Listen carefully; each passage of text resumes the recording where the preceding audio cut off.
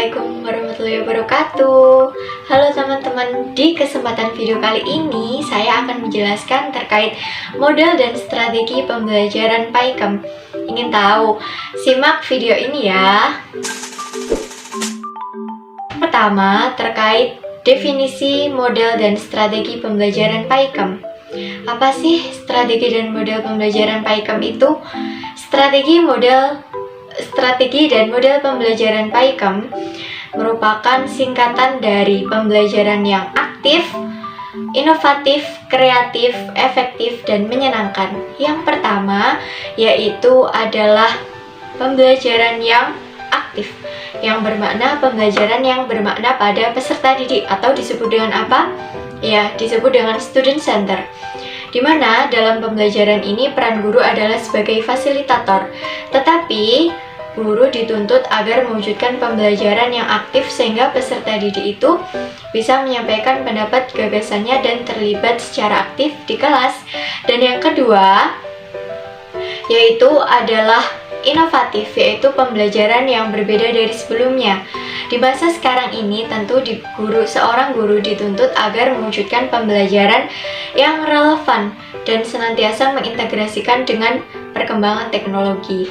Yang ketiga adalah kreatif, yaitu pembelajaran yang tidak hanya menerapkan kurikulum, tetapi juga pengintegrasian berbagai sumber belajar, salah satunya adalah lingkungan. Yang keempat adalah efektif, yaitu pembelajaran yang sesuai dengan tujuan yang diharapkan, di mana dalam kurikulum 2013 disebut dengan kompetensi dasar atau KD, dan dalam kurikulum Merdeka Belajar disebut dengan capaian pembelajaran. Dan yang kelima itu adalah menyenangkan.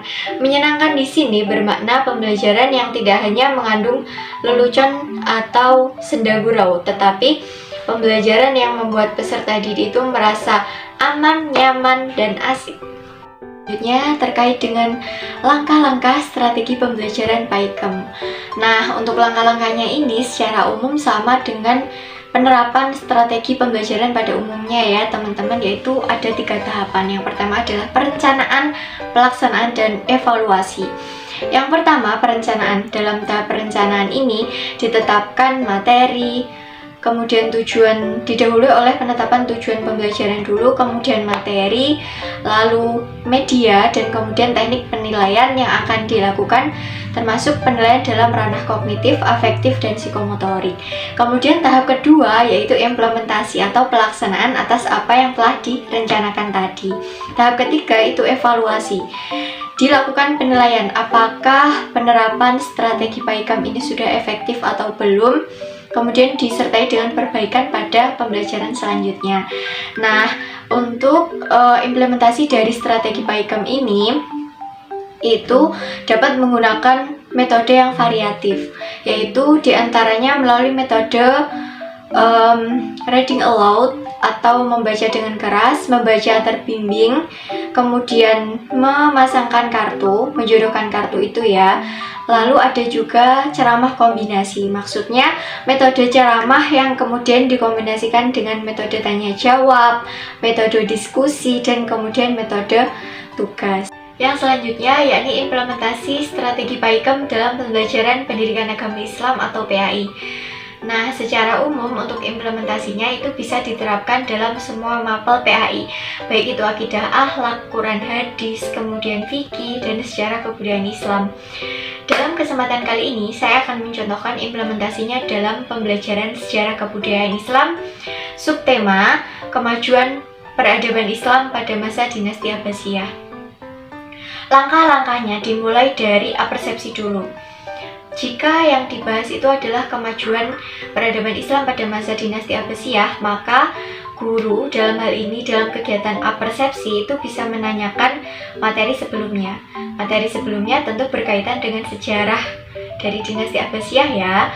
Nah, guru dalam hal ini dapat menanyakan terkait dengan siapa saja sih Khalifah Abbasiyah, lalu di mana ibu kota dinasti Abbasiyah, lalu kekhalifahan dinasti Abbasiyah ini berdiri selama berapa tahun lamanya, seperti itu. Setelah itu kemudian lanjut pada pengenalan materi yang akan dipelajari di hari ini.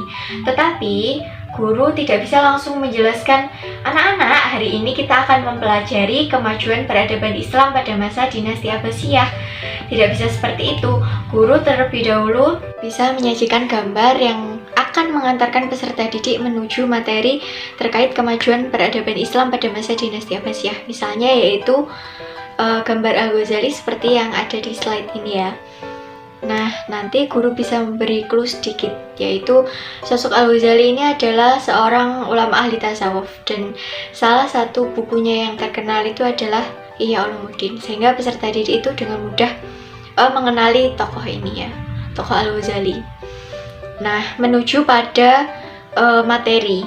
Dalam penyampaian materi ini, itu bisa digunakan strategi reading aloud atau membaca dengan keras dan membaca terbimbing. Guru nanti meminta peserta didik dengan menunjuk peserta didik A untuk membaca, kemudian dilanjutkan dengan peserta didik C.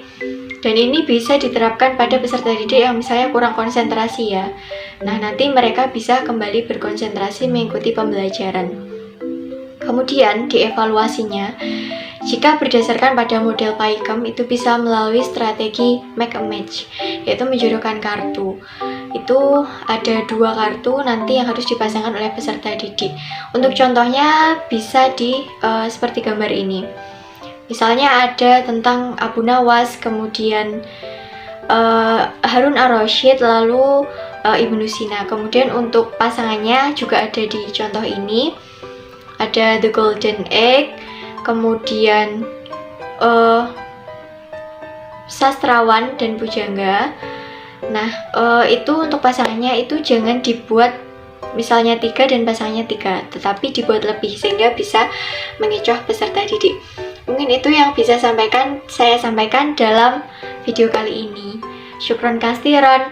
See you on the next video. Wassalamualaikum warahmatullahi wabarakatuh.